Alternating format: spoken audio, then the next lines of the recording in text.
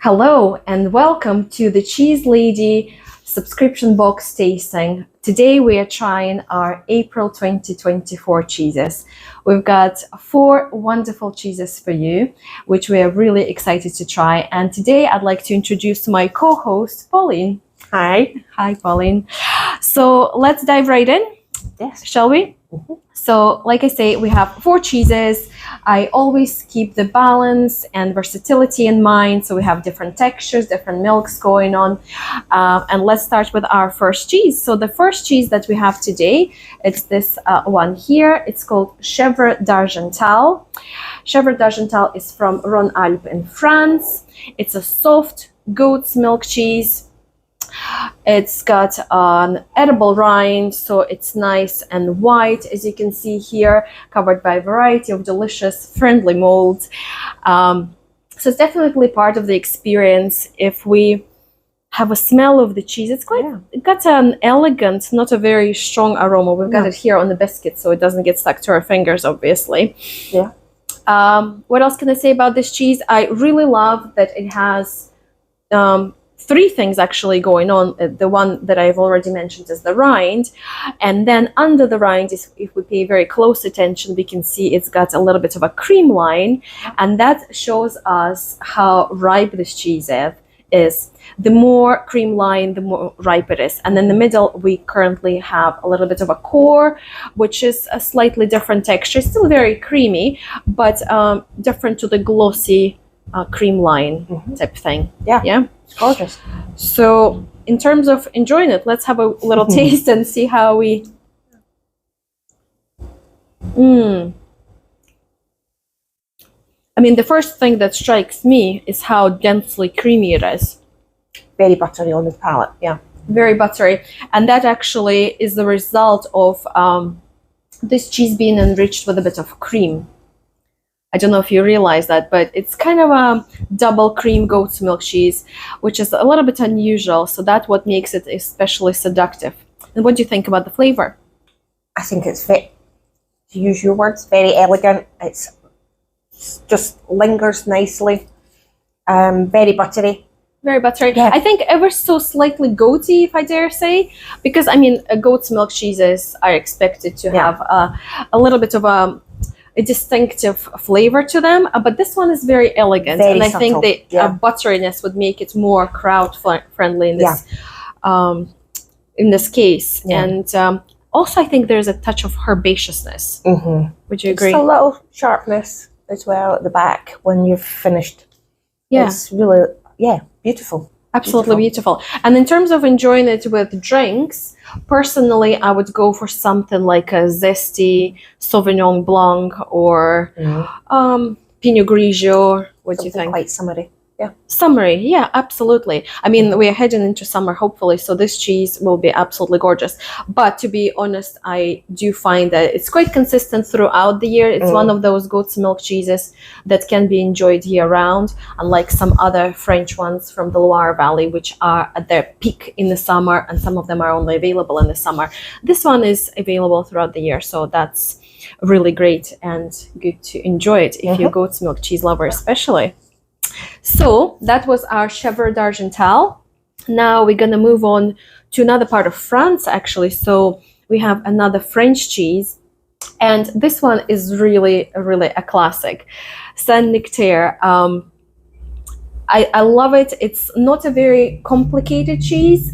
Let me tell you about it first. So it's cow's milk. So you can see it's got a little bit of a golden hue to the paste of it. So compared to our goat's milk, you'll see it's a little bit more golden. Semi-firm, so it's got a little bit of a bounce. So if we press onto the cheese, it'll bounce back a little bit. And on the outside, it's got this most fascinating rind. It's a little bit thickish for a semi-firm cheese, but it's protecting the cheese very nicely. And in my experience, I've encountered, it's produced by various producers, and I've encountered versions of it that have a terracotta kind of colored rind. And in this case today we have a slightly grayish rind. So it can vary, don't be surprised, and also depends on the age of the cheese. So let's have a little sniff. Yeah. It's got this milkiness about it. Very nice and milky with a little bit of a tang. Yeah. You can also smell the earthiness of the rind. Yeah, the rind is a little bit earthy. No. What do you think? Would you eat this rind? Personally, no. Not a problem with the goat's milk, but not your favorite. But just to give a general recommendation, the rind potentially is edible if you enjoy this kind of rind. So this is just completely natural. It's dried out cheese that's been covered by friendly molds again, and it's not going to do you any harm whatsoever. So you can try it. If you like it, you can eat it. Yeah. Not so much, you can leave it. So I'm kind of with Pauline. I prefer the cheese rather than the rind in this case. So let's have a taste.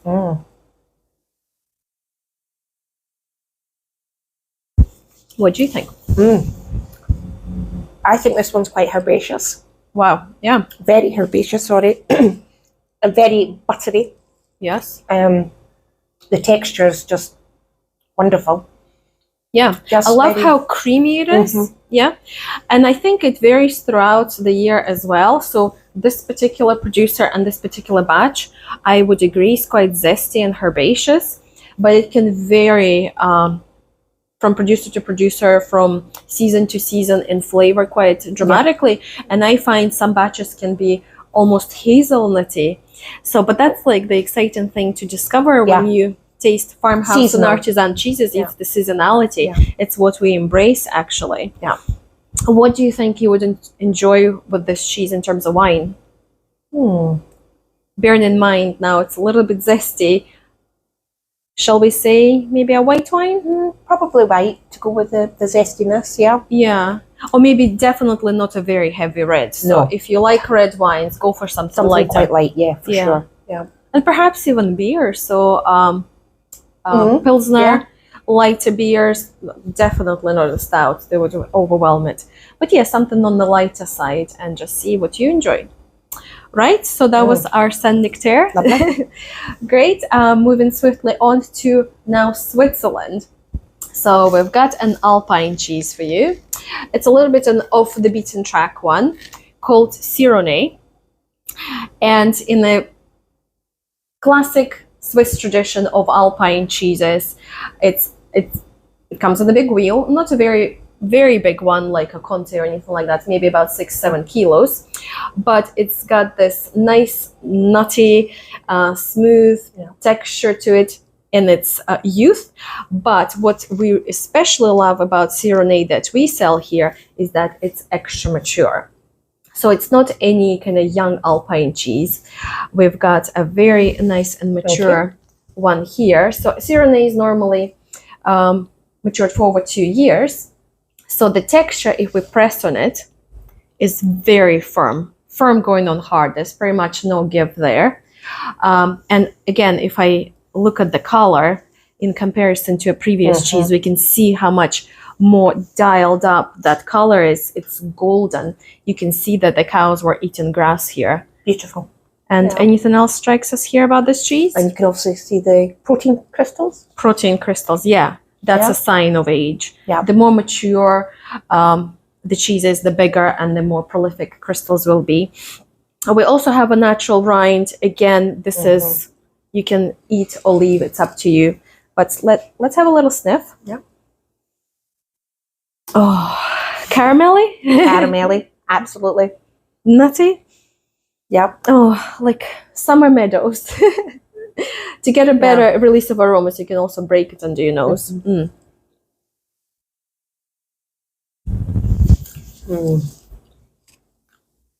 Very toothsome, I want to say. It's one of my favorite words. Toothsome. I mean, the flavors are evident. It's quite intense. Very caramelly. And the protein crystals just really bring another dimension to the cheese, I think. Absolutely. They're very lively. So all of those aromas we discussed, the nuttiness, the caramelly, it's coming together. And yes, it's a very full-on flavor without being overwhelming. It's a very balanced cheese. So what should we enjoy it with, do you think? Shall we maybe think increase the body of the wine Yeah, that we're thinking absolutely. here? I think a lovely red would go nicely with that. Absolutely. Or if you're a white wine lover, I would say maybe a lightly or not so lightly oak Chardonnay, dare I say.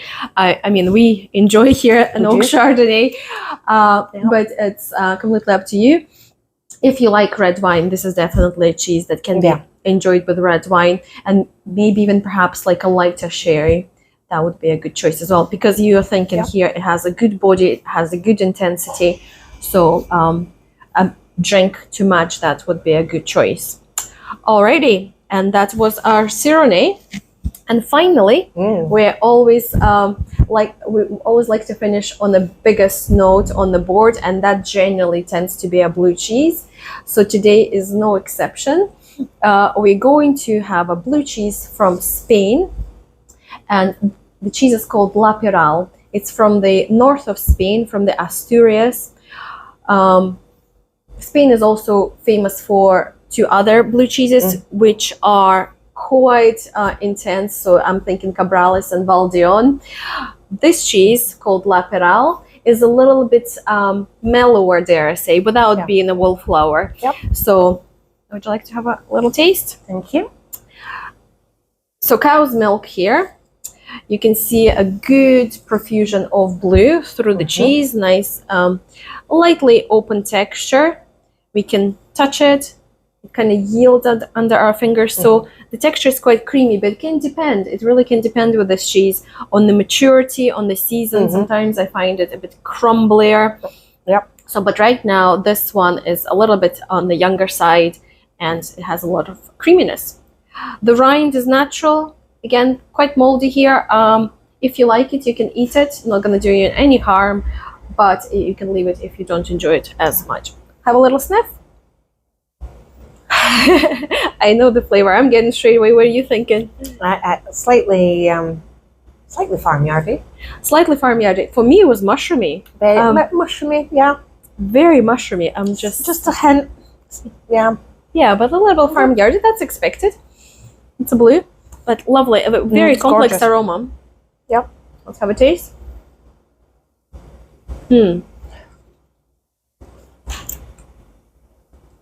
Definitely this dense cream texture is what strikes me here. Maybe a touch mushroomy, a touch farmyardy. Earthy. Yes. Yes, all of the above. All of the above. It's very mouth coating. Yeah. It really lingers. Absolutely. Yeah. So like I say, it's not a wild and like strong blue cheese like Cabrales, let's say, but it's definitely complex. Complex. For sure, yeah. So in terms of pairing this cheese with the wine, now that we're dealing with the blue, I would probably be kind of going towards sweeter wines. Yeah. Yeah. A port, maybe? A port is a good starting point. Depends on the type of the port, of course, as well.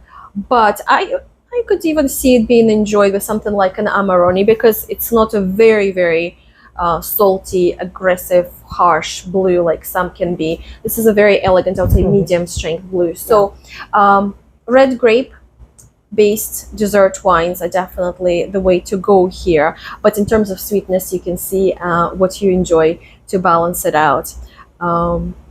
So yeah, I think we have a lovely selection. I hope you enjoyed tasting them with us. If you have any thoughts or comments or feedback, please leave them below, and we would love to improve these videos for you. And we'll see you next time. Thank you very much for joining us.